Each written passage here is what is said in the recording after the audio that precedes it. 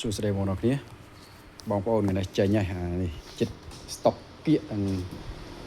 ចិត្ត and stock ដែរបងប្អូនអានេះ Core all in one 7410 Core i7 ជំនាន់13 RAM 32GB M2 ម៉ូតេ 24 អ៊ីងធំមែនតើស្ពេកនេះបងប្អូនណាអានេះបងប្អូនចំណាយលុយតែម្ដងប្រើច្រើនឆ្នាំអត់ងាយខូចទៅណាហើយយូរដោយសារវាជំនាន់ខ្ពស់ហើយអា monitor Asus នេះក៏ចិត្តអស់ stock ដែរបងប្អូនណាហើយជាអាចអស់បាត់ហើយមិនដឹងបងប្អូន stock ខេនេះបងឲ្យមើលពីក្រៅបងប្អូនណាស្អាតណាស់ Asus នេះឥឡូវដឹកចេញឲ្យគេហើយបាទនេះអា Dell ខ្ញុំចង់បញ្ជាក់ Dell នេះបងប្អូនកុំមើលរំលងអា Dell នេះបងប្អូនណា all in one តម្លៃ